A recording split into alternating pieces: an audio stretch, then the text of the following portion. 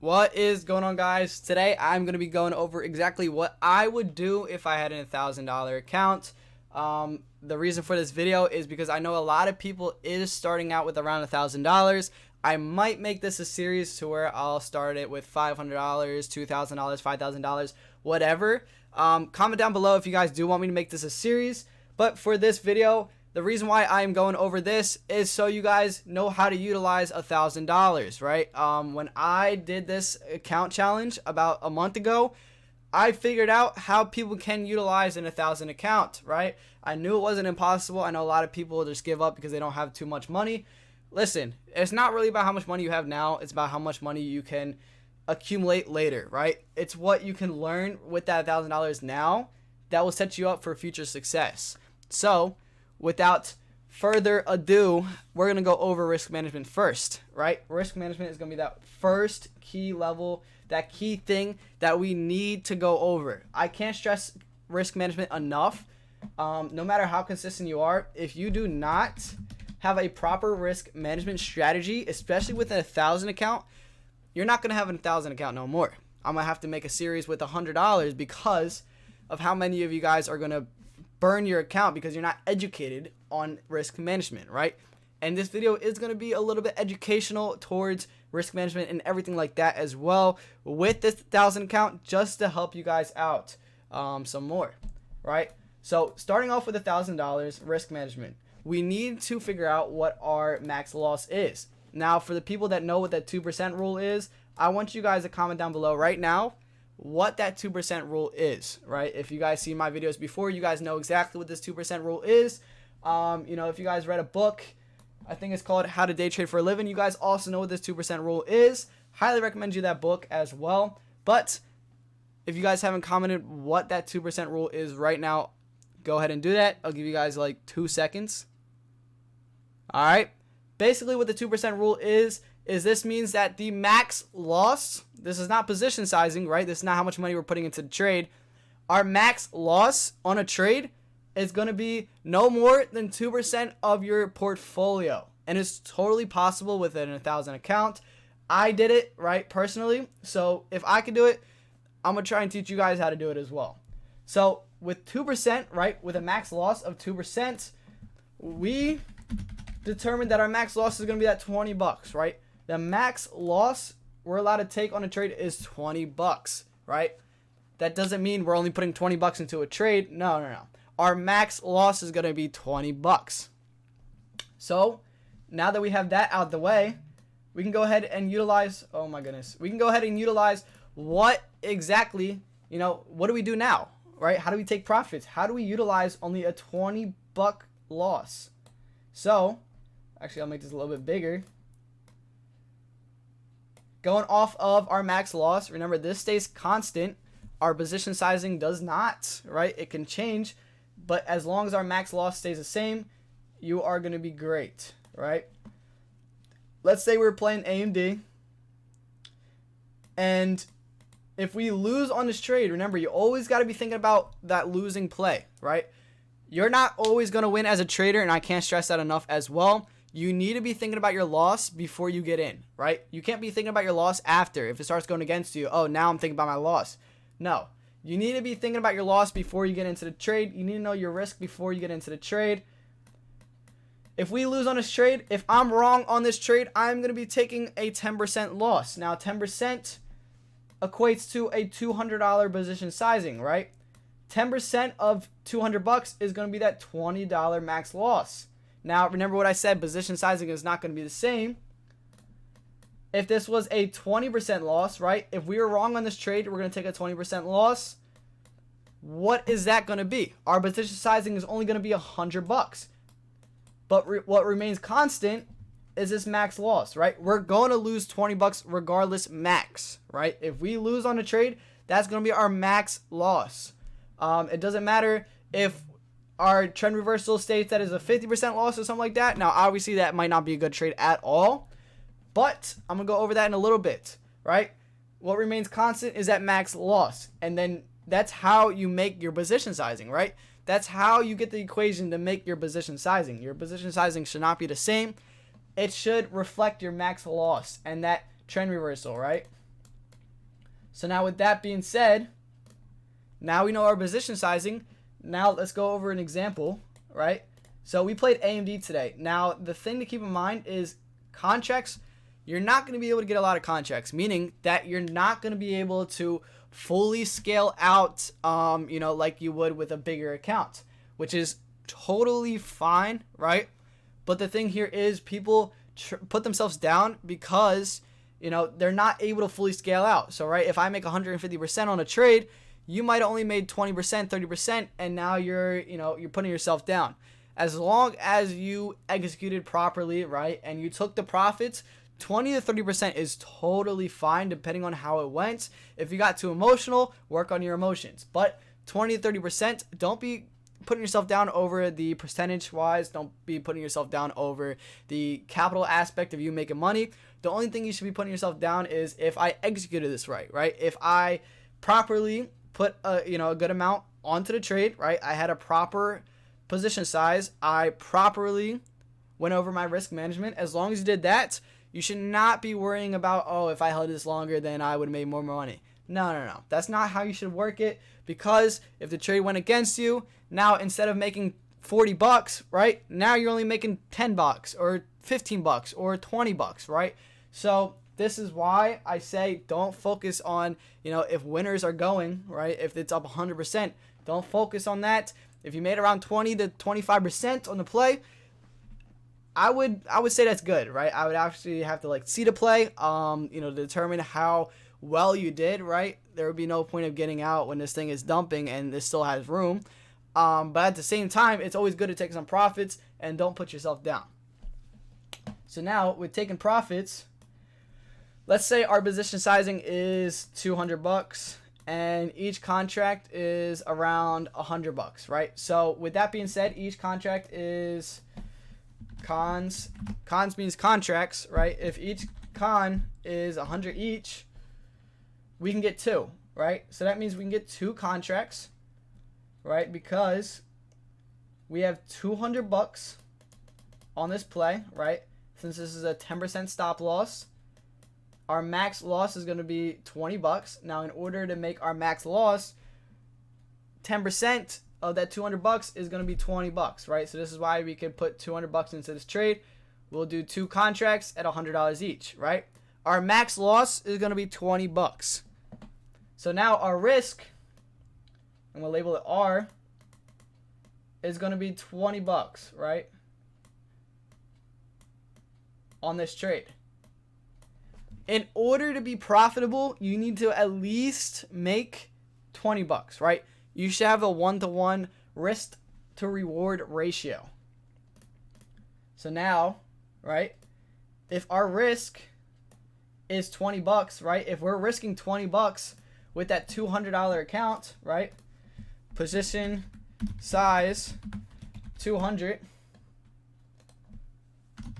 Our risk, right? Our risk right here is $20.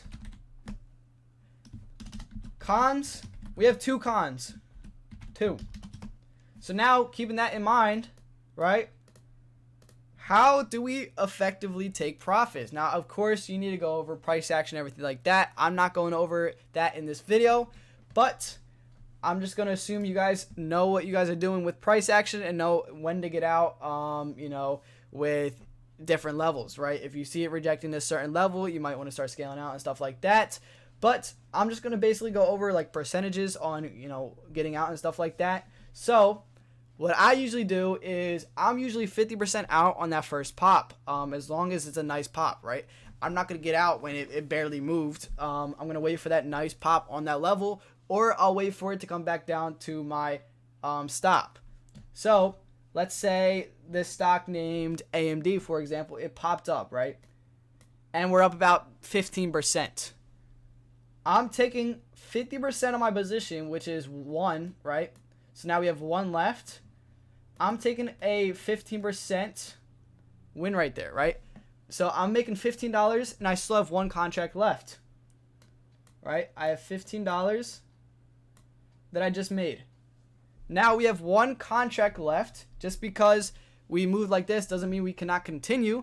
I'm going to move my stop up, right? So our stop was here. Now our stop is going to be that previous level that we took it to the upside, right? Or depending on where it's at, right? If this thing started coming down, it's going to be super hard with a line. But let's say it's like this, right? We're going to move our stop here. But again, I don't know the play. So let's just say our stop is going to be here. Let's say, oh, it's going up again. We got another pop, right? I will either move my stop up, or if I'm in great profit right now, let's say this is up 25%, I'll be out, right? I want to take the profit and leave. I'm up 25% on a contract. I'm up $25 on one contract right now. You have to keep in mind that you might not think $25 is a lot, right? And you made about $40 on this trade. So altogether, you made $40 on this trade, right? You might think, oh, that was not worth it. You have an $1,000 account.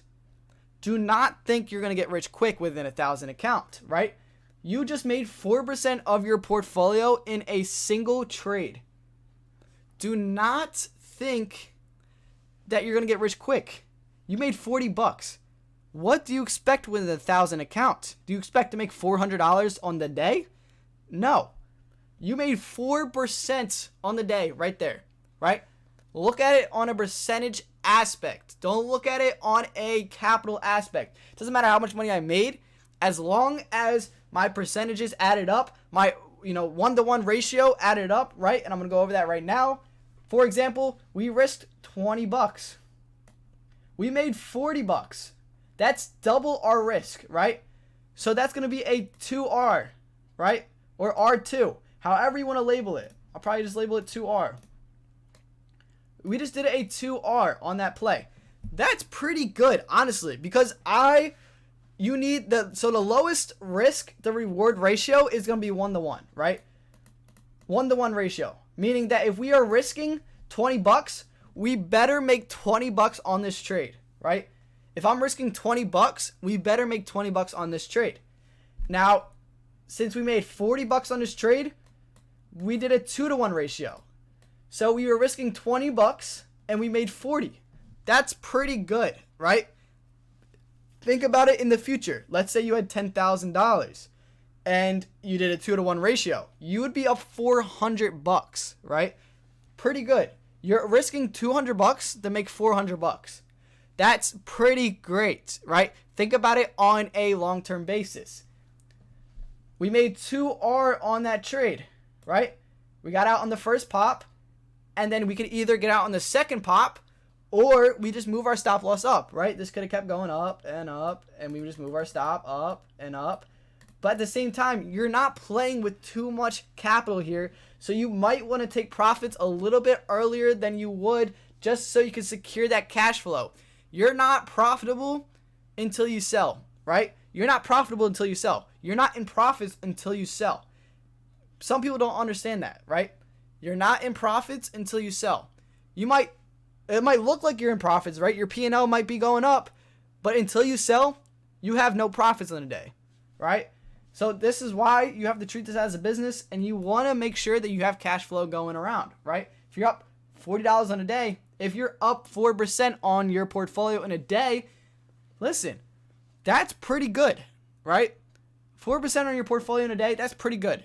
And we still have $800 left on our portfolio, right? That means we can get into another trade. Do I suggest getting into another trade after we just did a 2R on AMD? You might want to do one more, 3 at most. But since you have a smaller account, you might want to play it safe and just wait until the next trade, right? You might just wait until the next trade, the next day, right? You might not want to get into another play on that day. You just want to, you're up on the day, you might just want to leave it, right? And just wait for the next play for tomorrow or something like that, right? And that's totally fine. That's what I did with the challenge account, right? I only got into one play. If I was super confident on the second play, then I'll get into that second play with the challenge account. I usually only did like 1 to 2 plays. Obviously that's different with my account. My actual account, I might get into 3 plays, right? But it's usually about the same, the 1 to 3, plays per day, right? Usually on the lower end with a smaller account. So with that being said, what if we only had one contract? right? Our max loss is 20 bucks. Now, here's the other thing. You can't expect to be playing Tesla or Amazon with $1,000 account. That's just not doable, right? At all. You're not going to be able to catch those moves because Tesla would actually go against you. Even if Tesla is going up in your calls, those contracts are so cheap that you're not probably going to be able to catch that move with the contracts. The contracts probably will go against you. So now, keeping that in mind, you have to limit the stocks that you play. You might only want to play AMD, for example. AMD, $150 per share, right? The cheaper the share, the cheaper the contracts.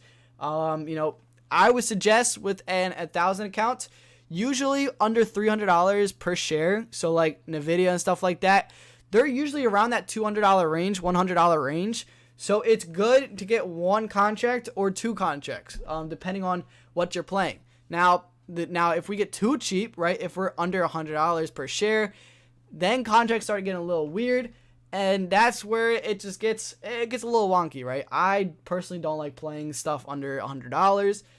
Sometimes I might catch AFRM, like for example today, it was $90 per share. Contracts were pretty nice, pretty cheap. They were only like $100, $120 a con.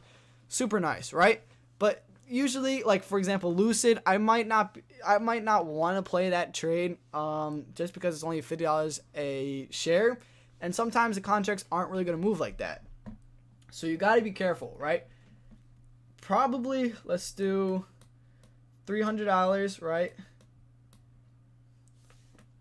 This is the most, I would say. I don't know why I do a triangle. This is supposed to be that crocodile thing.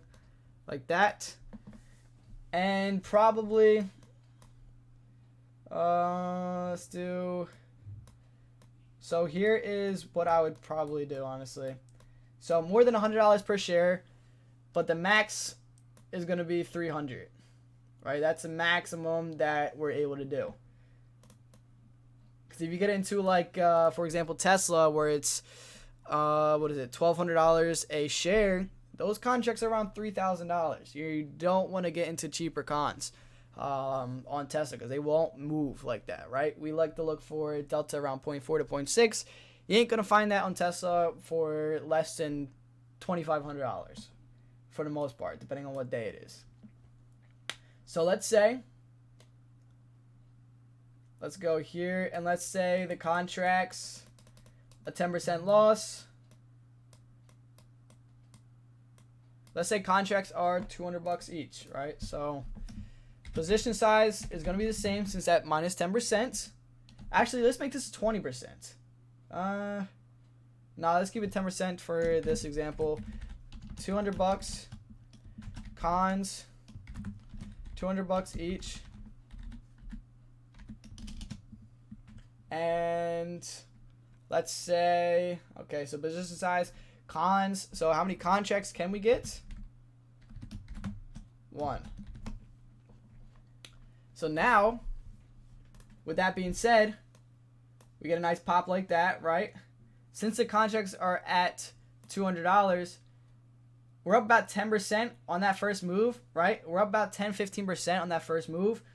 We already are above our max loss. Now, if we're only playing one contract, I might get in and I might get out, right? As scalpers, as momentum traders, we make the most money on that first pop for the most part, right? After that first pop, that's the fastest amount of money we're going to make. So on that first pop, if we're up 15%, we're not going to be able to make 15% that fast. That doesn't mean we're not going to be able to make more money, right? We might be able to hit 30%, but it's going to take just a little bit longer to hit 30% than as, it hit 15% versus 15 to 30%, right? Even if they're both a 15% difference, it's still going to take a little bit longer since momentum and volume is coming in at that certain level, and that's why it's a level. Now, let's say we're up 15%. I might just take profits, right? One contract. What are you going to do, right? We're up 15%. What are you going to do? We're going to take some profit here, and we're going to be out. Or you can just move the stop loss up. It's up to you. Sometimes I will move that contract. I will move that stop up, depending on how likely, for it to go up or, down, depending on if we're playing calls or puts.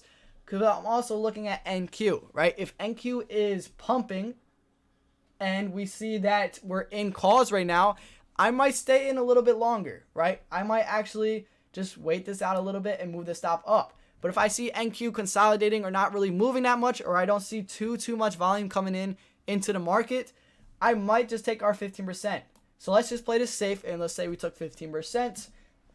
15%, that's $30 right there, right? We just made $30 on that trade on one contract. Not bad. Now our risk is that $20, and we made 30. So that's going to be a 1.5 R, meaning that since we risked $20, right, we made 30. So we made 1.5 times our max loss, right? 1 R is going to be $20. 2 R is going to be $40.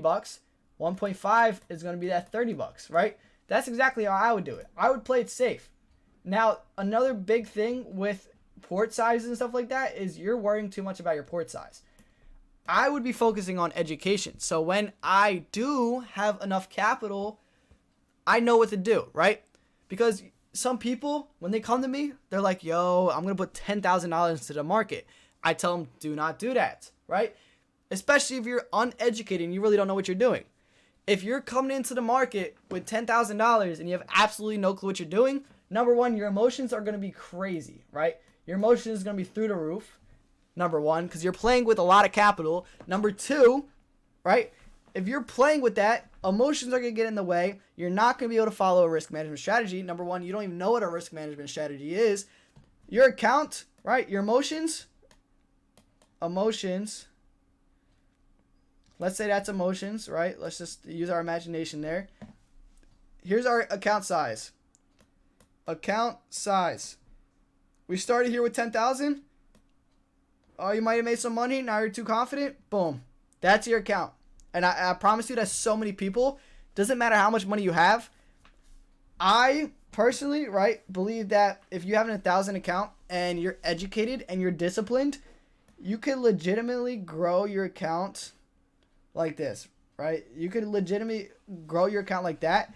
And that $10,000 account to someone that's not disciplined and not educated, they're going to come right back down. Now, this is $1,000, right? Now you're at $3,000. You just outpaced someone that had $10,000 in their account.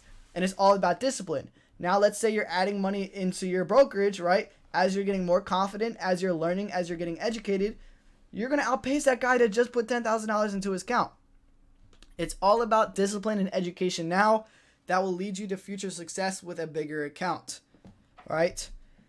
So that's basically it for this video. If you guys want me to make this a series, comment down below that you guys want me to make this a series. If this helped you guys whatsoever, make sure you guys hit that subscribe button, leave a like, and pretty much just comment down below for the YouTube algorithm, honestly. But other than that, you guys have a great one, and I'll see you guys in the next video. If you guys haven't checked out my other videos as well, make sure you guys go ahead and do that.